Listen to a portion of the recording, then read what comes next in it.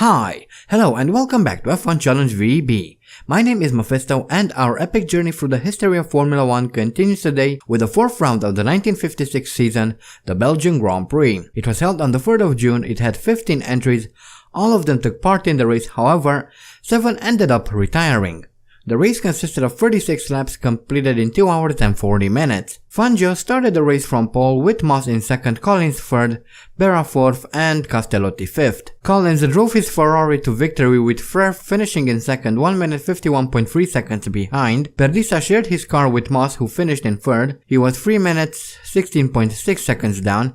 Harry Schell crossed the line in 4th, he was 1 lap down.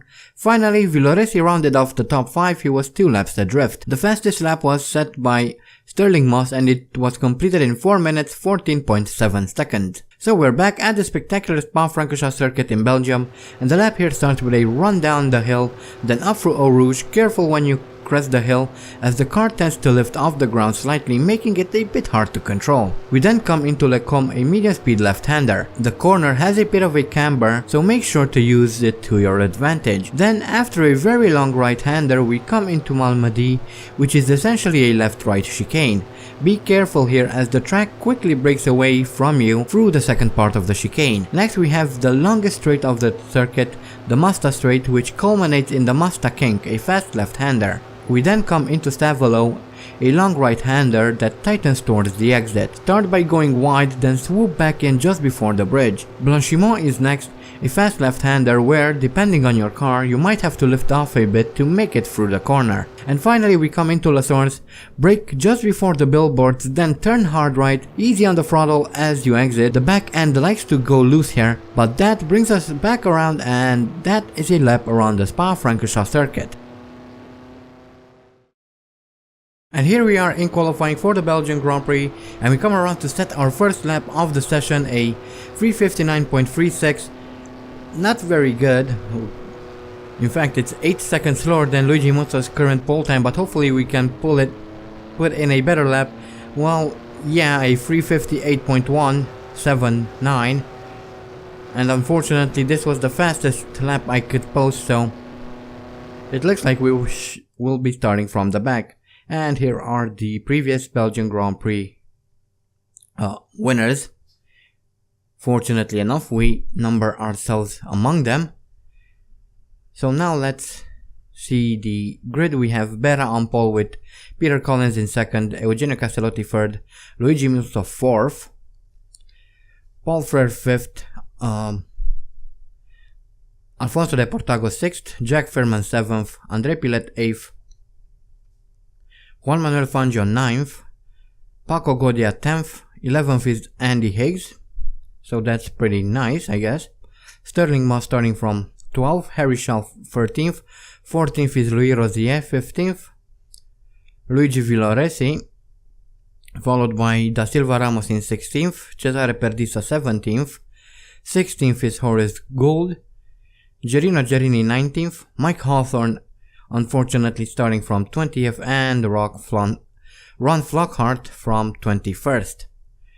So, the Belgian Grand Prix, and as you can probably see, it's raining like hell.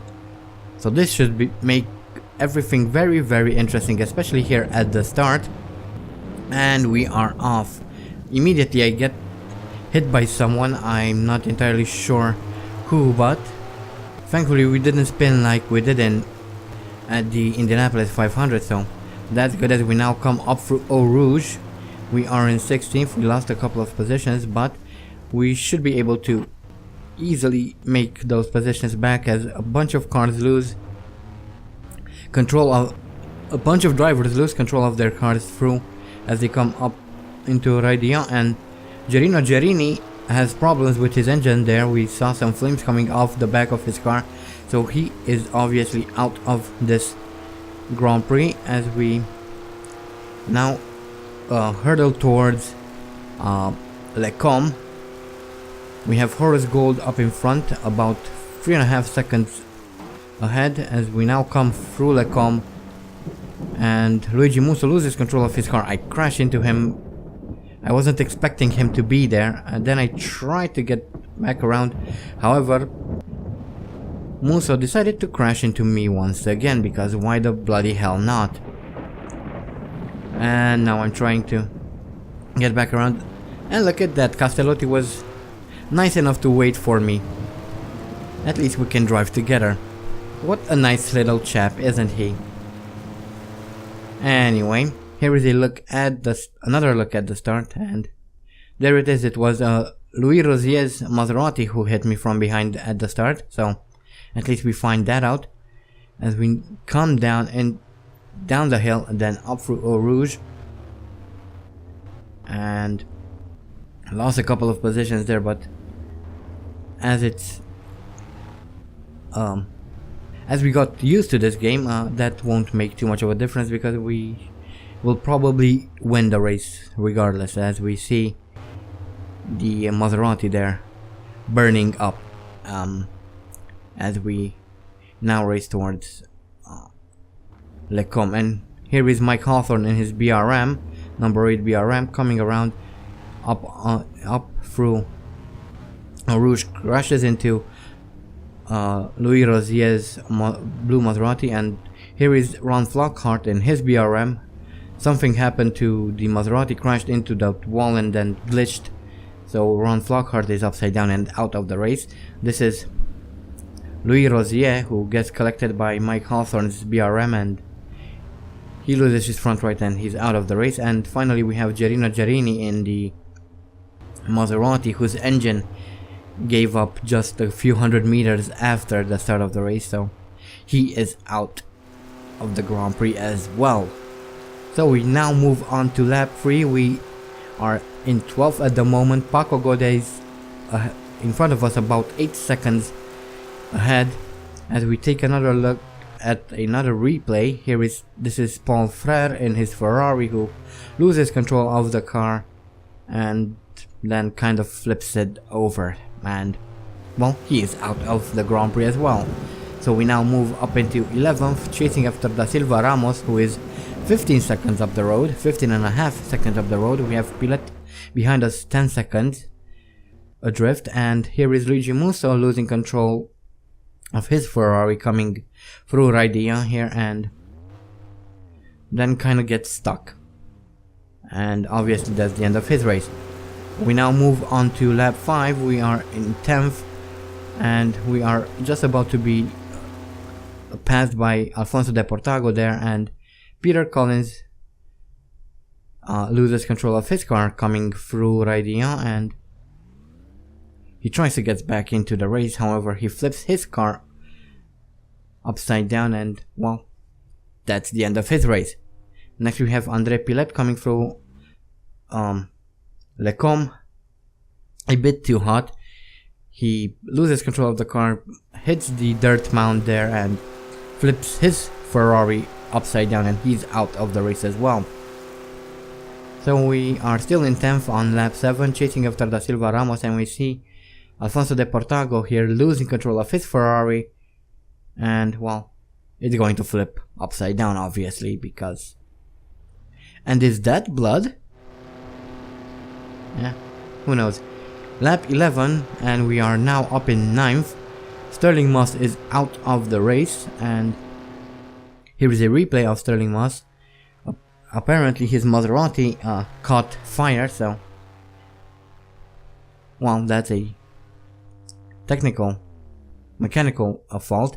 And here is Juan Manuel Fangio losing control of his Ferrari coming through Le Com, flips his car upside down a couple of times and ends up retiring. And this is Da Silva Ramos, who is having some problems with his suspension. He pulls to the right and he is out of the Grand Prix as well. So we are now in 8th with just a little over a lap left in this race. Hopefully no more retirements, but who knows. And here we come on lap 12 to cross the line in 8th. Not a good finish for us, but at least we finished. And here are the race results. And interestingly enough, I've never seen this before, but the fastest lap was shared by both Jean Berra and Jack Furman, so that means that they each get half a point. I've really never seen this before in this game, so that's kind of interesting to me. But yeah, that was the Belgian Grand Prix. Somewhat better than all the other races in this season up until now, so yeah, at least some cars finished the race. I really don't know what else to add to that, to be honest. I guess we could have done a little bit better, but oh well, I guess. Anyway, here are the career statistics, and this was Andy's 53rd Grand Prix. His best start is from first, has 3 pole positions, has set 10 fastest laps. His best finishes in first, has completed 35 races, 32 of them in the points, has won 20 Grand Prix, 4 at the Indianapolis 500, 2 at the Monaco Grand Prix, has 4 championships under his belt, has scored a total of 215 points, has retired 18 times, has completed 1,215 out of 1,515 laps, has 5 bronze trophies, 3 silver trophies, 20 gold trophies, and as an extension 20 podiums. And here we have the championship standings. Andy Higgs is in the lead with 17 points. VRam moves into second with 14.5 points. Moss is third, fourth is Jack Fairman and Paul Kogodia rounding off the top 5. And everyone has scored points all the way down to Louis Rosier, who sits in 9th at the moment. And all the way at the bottom we have Alfonso de Portago in 21st. So that was the Belgian Grand Prix, quite an interesting little race there. Not the best we've seen, but at least we had a couple of drivers that finished. Well, more than just a couple, we had quite a few, 8 people in fact. So that's better than what we've seen in during this season up until now. Well, with the exception of the Argentine Grand Prix maybe, but even then, most of the drivers only just barely managed to complete 90% of the race, so take that as you will. But anyway, that is it from this video. That is it from the Belgian Grand Prix from me. Our next race is the French Grand Prix at Reims, I believe. Is it? Yeah, I think it's at Reims. Should be interesting. Don't forget to vote for next season's team. Link is in the description. I also have a second channel where right now I'm doing a Need for Speed Underground playthrough, so if you're interested in that, there is a link in the description to that as well. Other than that, I hope you guys enjoyed this video. Thank you all so much for watching, and as always, stay sharp.